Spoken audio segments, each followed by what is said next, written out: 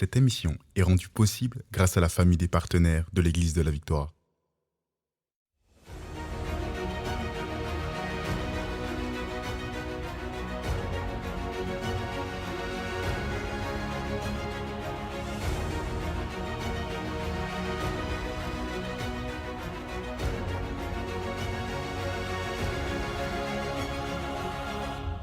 Bonjour tout le monde et bienvenue à l'émission Parole de foi. Ici le pasteur Joel Spinks.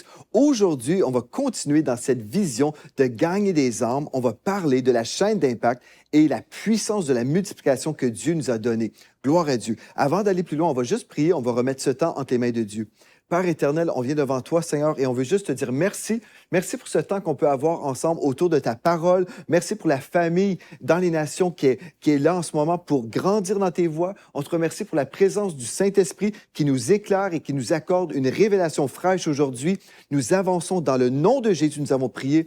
Amen et Amen. Gloire à Dieu. Gloire à Dieu. J'aimerais ça juste revoir rapidement avec vous la vision de la chaîne d'impact que je vous ai présentée hier. Donc, la première chose qu'on a vue, en fait, c'est que le Seigneur Jésus nous a laissé une mission. Si nous sommes enfants de Dieu, bien, cette mission nous concerne. Ce n'est pas une mission simplement pour les pasteurs, c'est une mission personnel pour chaque enfant de Dieu.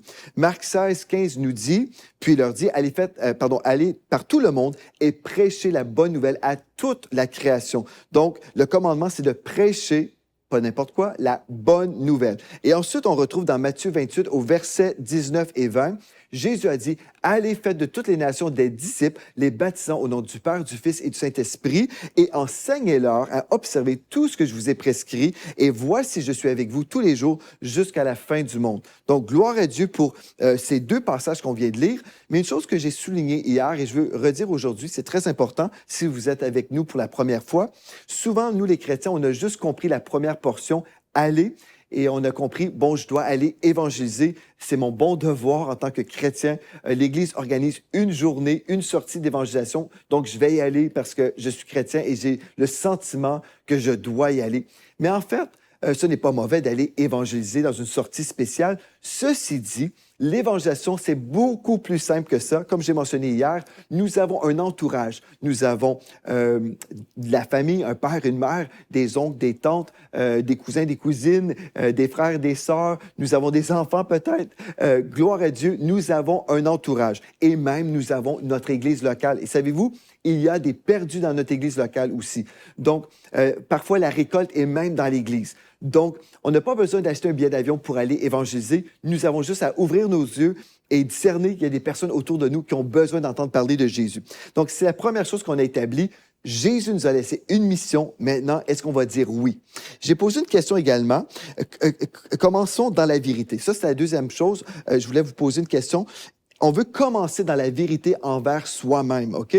Donc, si nous sommes chrétiens depuis de nombreuses années, est-ce qu'on a gagné des âmes à Christ? Est-ce qu'on a vraiment fait des disciples du Seigneur Jésus-Christ? Et si vous dites, non, je n'ai jamais fait de disciples, bien, gloire à Dieu, vous êtes bien branchés à la bonne émission parce qu'aujourd'hui, on va vous démontrer et vous enseigner comment vous allez pouvoir gagner des âmes à Christ, mais aussi vous multiplier. Mais avant, ce qu'on va faire, on va prendre une petite pause. Je veux juste vous présenter le Collège biblique Joel Spinks pour ceux qui veulent vraiment s'enraciner dans la parole de Dieu et pour tous ceux qui veulent être formés pour devenir des ouvriers qui n'auront pas à rougir, mais des ouvriers qui vont bien connaître la parole de Dieu et qui vont savoir la prêcher avec droiture. Donc, on va aller tout de suite dans cette petite vidéo et on se retrouve ici tout de suite après.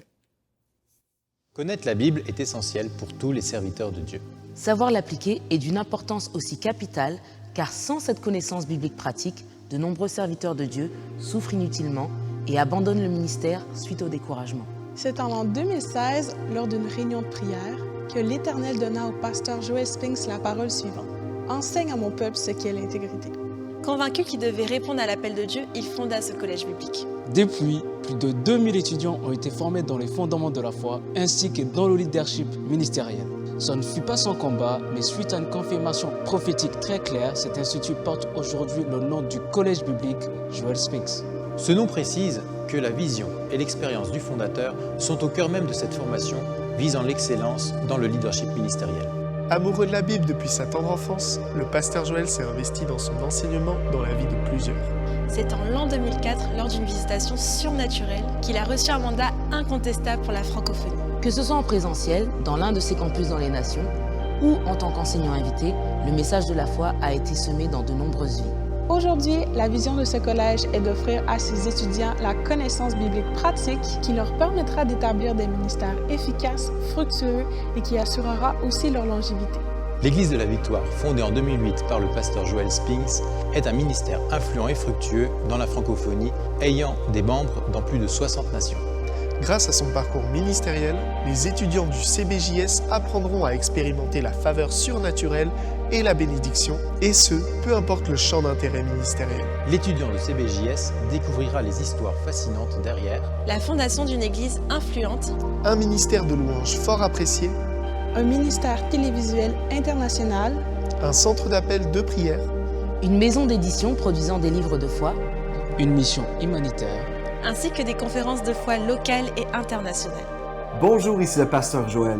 Mon désir est de vous équiper avec la connaissance biblique pratique qui vous permettra de réaliser le rêve de Dieu pour votre vie et ministère.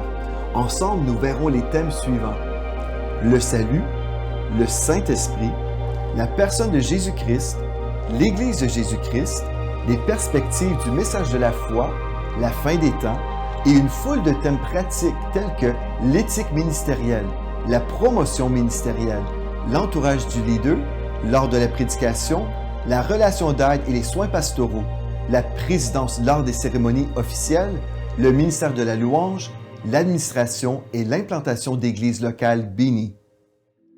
Vous souhaitez répondre à l'appel de Dieu? Vous désirez être formé par un ministère ayant fait ses preuves dans les nations? Ne tardez plus. Inscrivez-vous dès aujourd'hui au Collège biblique Joel Spinks. Visitez cbjs.ca dès maintenant.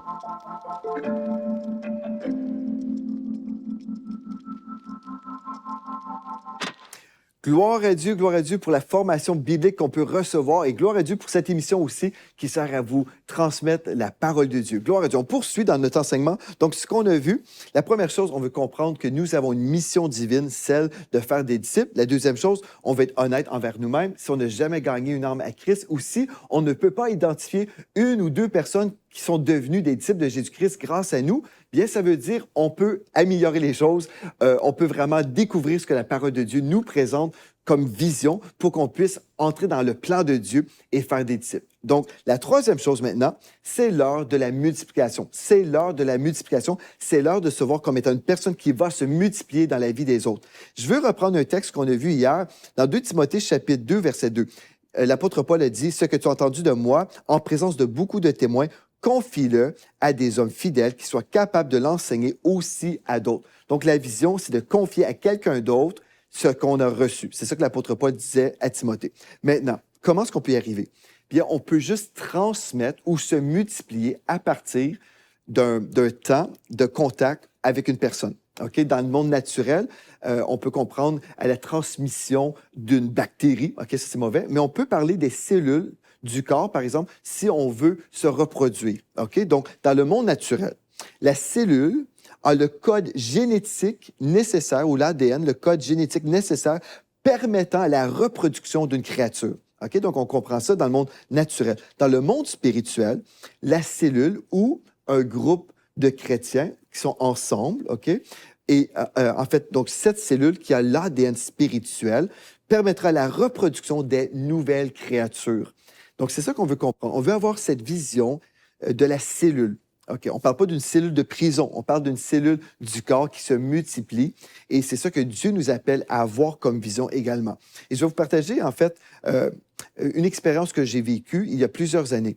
Donc, j'étais à Paris, je prêchais là-bas, je crois chez le pasteur Alain Patrick Tsenguet, donc je veux le saluer maintenant. Gloire à Dieu, c'est lui qui m'a beaucoup partagé aussi sur son expérience. Récemment, il m'a beaucoup partagé sur son expérience avec cette vision de la chaîne d'impact. Mais bien avant, des années avant, lorsque j'étais chez lui, peut-être dans d'autres églises, mais je me souviens, j'étais dans la région de Paris, en France. Et puis, bon, j'avais terminé mon séjour là-bas, je devais rentrer chez moi et il y a eu un méga retard d'une semaine, en fait, parce qu'il y avait un volcan icelandique qui est en train qui est en pleine éruption. Et puis, moi, j'étais pour partir le jour même. Je devais m'envoler pour revenir ici au Canada. Mais là, j'apprends sur un téléphone, bien voilà, les vols sont annulés. Il y a ce volcan qui est en éruption. Donc, tous les vols sont annulés. Et c'était vraiment compliqué pour moi. Je me suis dit, mais comment je vais faire rentrer chez moi et tout ça. Au final, je me suis rendu ici au Canada une semaine plus tard. Et quand je suis revenu à l'Église, OK, quand je suis revenu, donc j'étais déjà parti depuis une semaine au moins, donc ça faisait au moins 2 semaines que j'étais absent de l'Église. Quand je suis revenu, j'ai retrouvé l'Église dans plein de problèmes. Les couples avaient des problèmes. Il y avait des problèmes dans les familles. Il y avait tellement de problèmes. Et quand j'étais toujours présent, bien, je gérais beaucoup de situations. J'étais très impliqué dans les soins pastoraux, donner des conseils, aider les gens, répondre au téléphone, envoyer des messages. Bref, j'étais très présent. Et le moment que j'étais absent, c'est comme si je revenais et c'était le chaos dans la vie des gens. Et j'ai prié et j'ai dit, Seigneur, c'est pas normal, je peux pas tout gérer. Et tout comme Jéthro, le beau-père de Moïse, lui a donné un conseil, Dieu m'a donné un conseil également. Il m'a parlé des groupes qu'on appelle aujourd'hui les groupes Victoire connectés. Il m'a parlé de ces groupes-là. Et puis, il m'a dit de démarrer des groupes dans l'Église où j'étais pour m'investir dans des leaders qui étaient pour ensuite s'investir dans la vie de d'autres brebis. Et c'était la vision que j'avais reçue. Et comme on avait déjà vécu une mauvaise expérience dans des cellules dans une Église précédente, j'ai parlé avec mon épouse, mais je savais, avant de lui parler, je savais qu'on avait eu une mauvaise expérience et j'ai dit, Seigneur, si c'est vraiment ta volonté, je prie que tu disposes bien le cœur de mon épouse pour qu'elle puisse vraiment épouser cette vision que j'ai reçue. Donc, j'ai prié et puis j'ai parlé avec mon épouse et tout de suite, elle a dit, c'est ça la réponse. On a besoin de faire ça parce que oui, c'est impossible de tout gérer. C'est impossible qu'une seule personne gère tout. Donc, on a démarré les groupes Victoire connectés. Et aujourd'hui, les groupes Victoire connectés sont partout sur le globe. Nous avons des groupes comme ça qui sont en fait sur tous les fuseaux horaires. Donc aujourd'hui, si vous n'êtes pas dans une église locale et vous avez besoin d'une maison spirituelle, nous sommes là pour vous. Vous pouvez nous contacter et devenir un membre de cette église et ensuite faire partie d'un groupe Victoire. C'est un temps d'échange où les gens font un retour sur l'enseignement du dimanche matin, l'enseignement qu'ils vont recevoir de cette maison, et puis ils vont prier ensemble, ils vont discuter, ils vont inviter des personnes qui ne sont pas chrétiennes, et puis ces gens-là peuvent être intégrés à la foi, invités à l'église, et tout ça, c'est génial, c'est glorieux. Donc, voilà ce que j'ai vécu à Paris. Et aujourd'hui, après mon voyage de Paris, devrais-je dire. Et puis aujourd'hui, on a toujours les groupes Victoire connectés dans les nations, mais localement, nous avons un autre phénomène aussi. C'est encore des groupes, c'est encore des cellules, mais c'est un peu différent. C'est les groupes de réveil. Les groupes de réveil, c'est quoi exactement? Bien, c'est des gens réveillés qui gagnent des âmes à Christ et qui s'investissent ensuite dans la vie de ces brebis pour faire de ces personnes-là des personnes matures. Donc, la personne qui est avec moi dans une formation que je donne pour les gens qui viennent à l'Église en présentiel, donc je m'investis dans leur vie, ils entendent la parole de Dieu, mais l'objectif, ce n'est pas de simplement encaisser des connaissances et d'apprendre. C'est immédiatement, lorsqu'ils ont reçu cet enseignement, la vision, c'est de répéter, de retransmettre cette connaissance biblique, c'est de la retransmettre à quelqu'un d'autre et de remplir justement le mandat que l'apôtre Paul a donné à Timothée dans 2 Timothée 2.2. Voyez-vous? Donc, c'est ça que je suis en train de faire. Et puis, gloire à Dieu pour la multiplication. Ça, c'est la vision vraiment. Lorsqu'une personne partage l'Évangile, gagne une âme à Christ, une deuxième, une troisième. Ensuite, à ce moment-là, lorsqu'on a 3 personnes, on peut former ce groupe, un groupe de réveil, et ce groupe de réveil va se multiplier parce que là, la personne qui a conduit ces personnes à Christ, bien, il comprend en fait que ces gens-là deviennent ses disciples.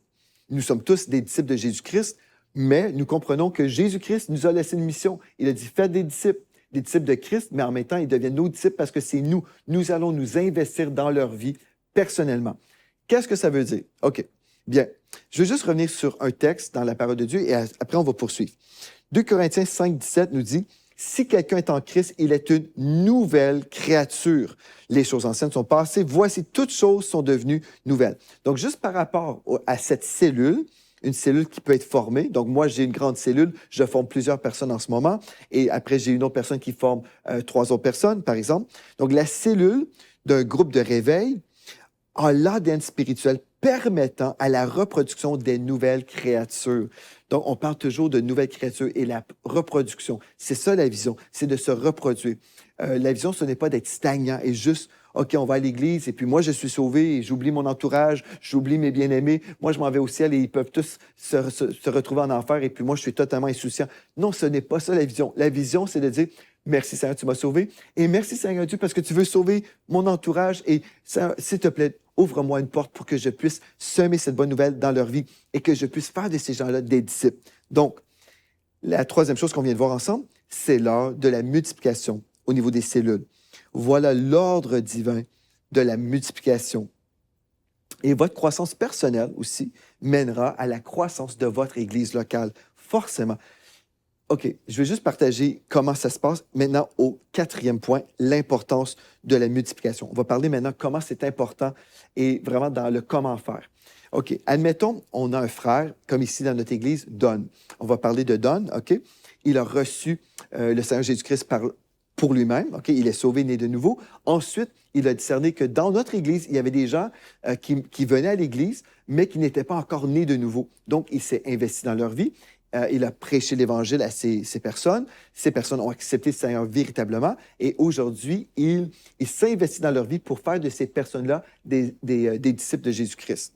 Mais, remarquez bien, dans 1 Corinthiens 11.1, 1 Corinthiens 11.1, l'apôtre Paul a dit ceci, « Soyez mes imitateurs, comme je le suis moi-même de Christ. Soyez mes imitateurs. » Ceci veut dire, en fait, que l'apôtre Paul était pour avoir des disciples. Donc, ça veut dire ça, regardez ma vie et faites exactement comme moi. Vous allez dire, un instant, Pasteur Joël, ça met trop de pression. Est-ce que c'est la performance des chrétiens? Est-ce qu'on tombe sous la loi maintenant?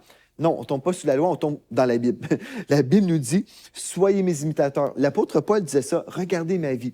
Ceci ne veut pas dire qu'on tombe dans une philosophie ou une vision d'être légaliste sous la loi, et puis là, on ne pourra jamais comme échouer, sinon, bref, c'est la fin du monde. Ce n'est pas du tout ça la pensée. Écoutez, quand vous gagnez une arme à Christ, vous dites à la personne, admettons, Don a gagné Bob à Christ, OK? Il peut dire à Bob, il dit, écoute, toi, tu es un nouveau chrétien, tu es un nouveau-né. La Bible parle de toi comme étant un bébé spirituel. Mon rôle, en fait, c'est vraiment de t'aider à grandir dans les voies de Dieu. Donc, je vais vraiment prendre soin de toi comme ton père spirituel, comme un parent, OK? Je vais vraiment t'aider. Et puis, oui, on a une église locale où on a un père spirituel, mais moi, je vais vraiment être ton contact direct.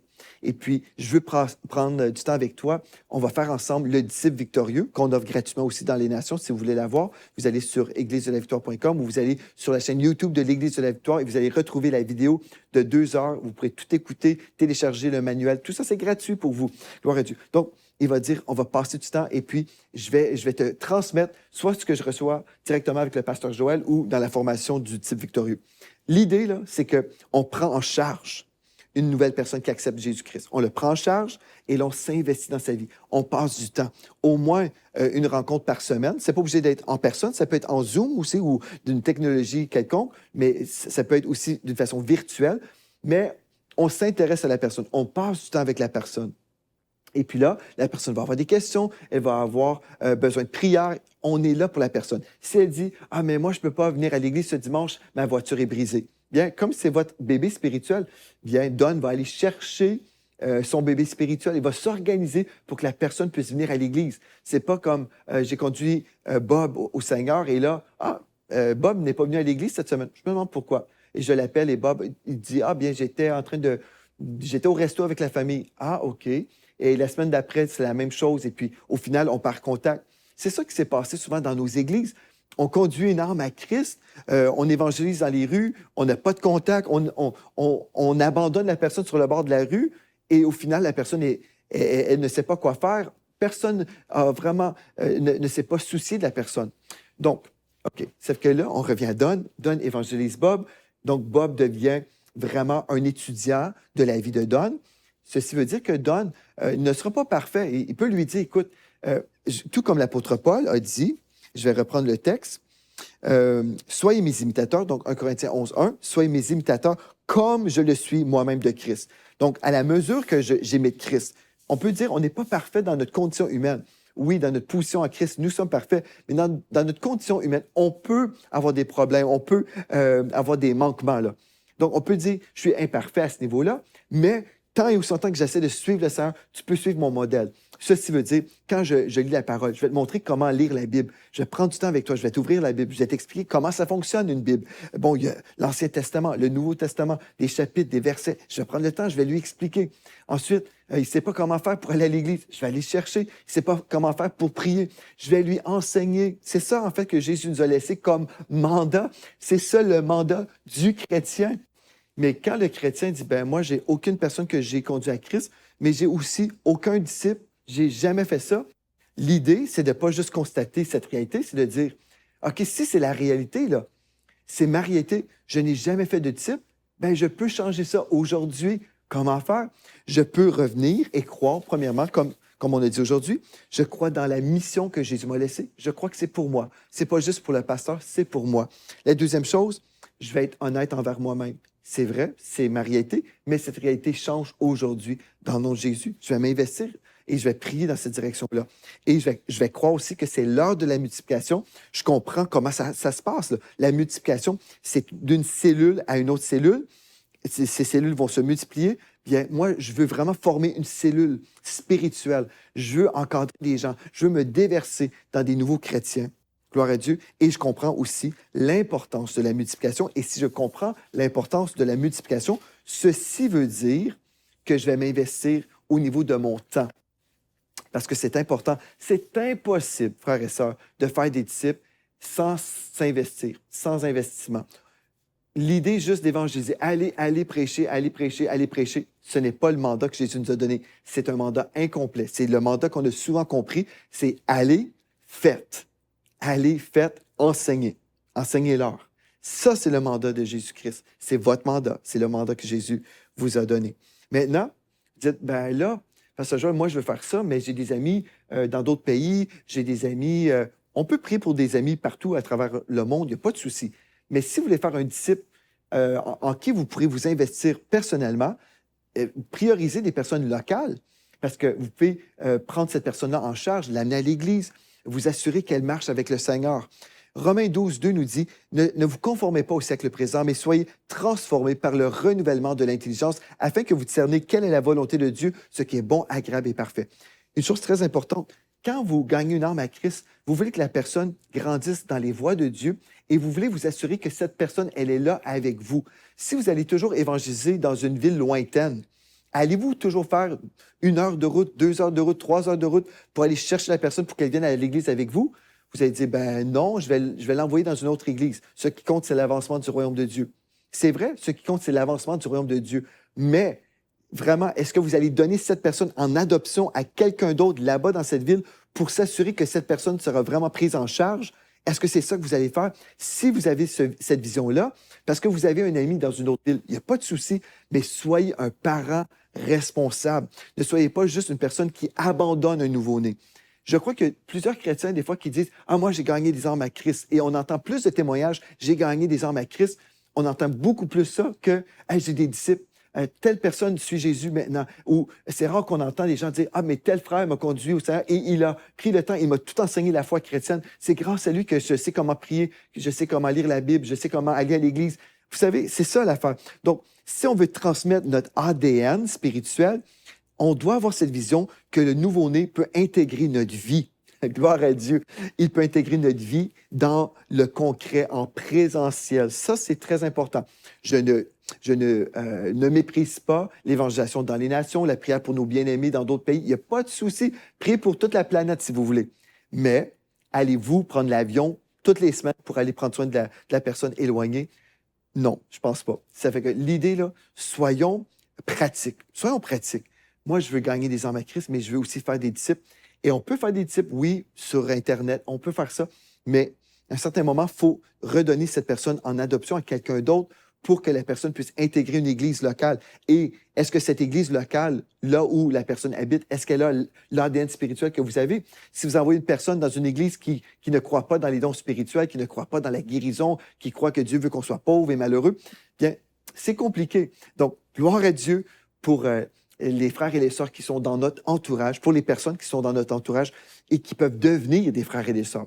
J'espère que cette émission vous a aidé. Changeons de notre façon de penser. Pensons multiplication. C'est l'heure. C'est l'heure de la multiplication au nom de Jésus et c'est votre heure de répondre à l'appel de Dieu et de dire, oui Seigneur, ma vie va porter beaucoup de fruits à la gloire de Dieu le Père. Gloire à Dieu. Merci d'avoir été là avec moi aujourd'hui et d'ici à notre prochain rendez-vous, rappelez-vous de ceci, en Jésus, vous êtes richement bénis. Vous êtes bénis par les messages révolutionnaires de l'Église de la Victoire. Prenez part à cette œuvre qui transforme des milliers de foyers en visitant dès aujourd'hui semer.ca. Devenez un partenaire mensuel ou un bâtisseur ou paramétrez vos dons de façon automatique en toute discrétion et sécurité. 100% de ce que vous semez sert à annoncer l'Évangile. Merci de croire avec nous. Semer.ca